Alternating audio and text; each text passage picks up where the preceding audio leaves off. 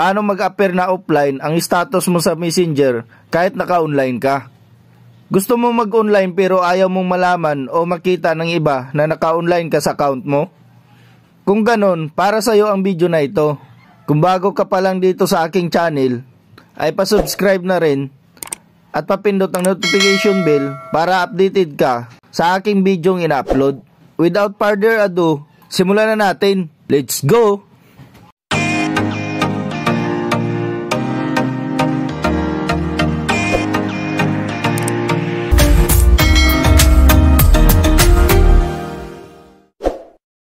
Ngayon, kailangan lang nating i-set up ang ating Messenger at ang ating Facebook application.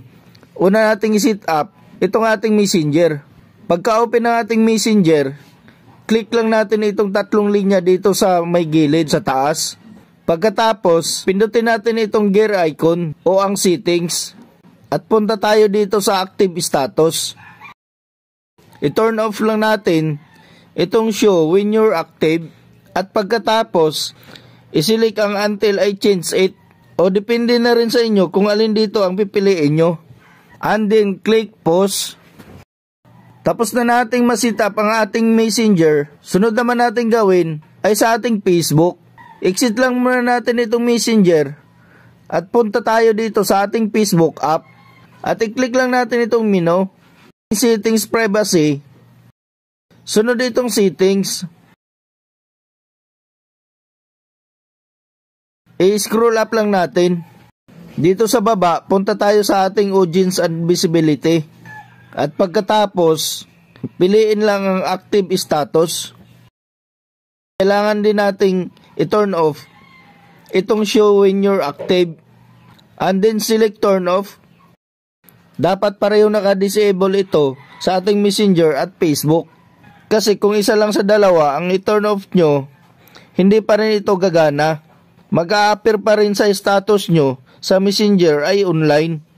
May makikita pa rin na kulay green na tuldok sa gilid ng inyong profile.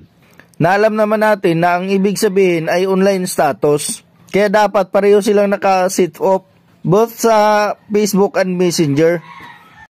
So yun, tapos na nating ma-set up ang ating Facebook at Messenger. Ito yung proof na ginawa ko to.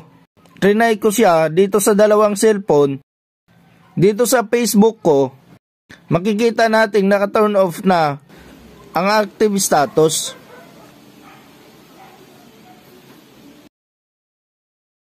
Try natin i-search dito sa Messenger.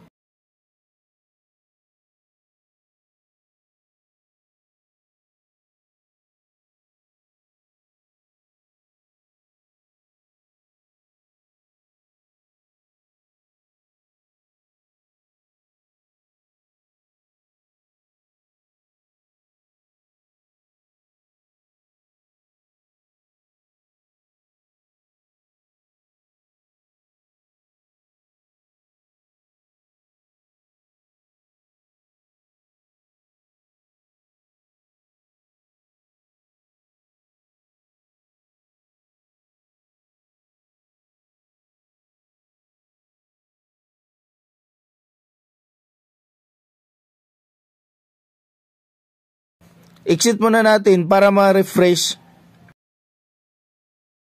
Makikita nyo naman na nakalagin yung account ko dito sa Facebook. So ibig sabihin online siya. Kung mapapansin nyo dito, wala na siyang green dot yung profile ko.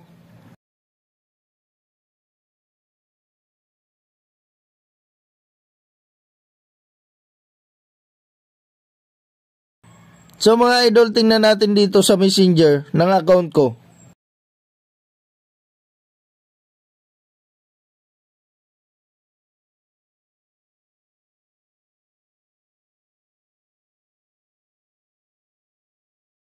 Ayan, naka-turn off ng active status niya.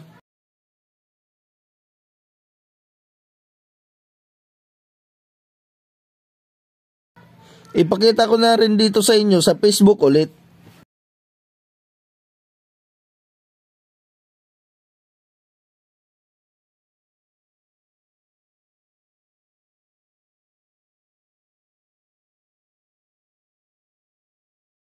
Naka-turn off din ito.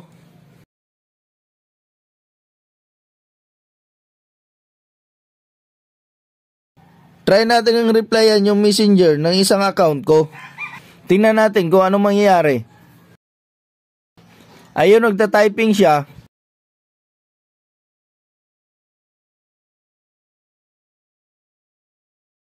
Try natin i-send.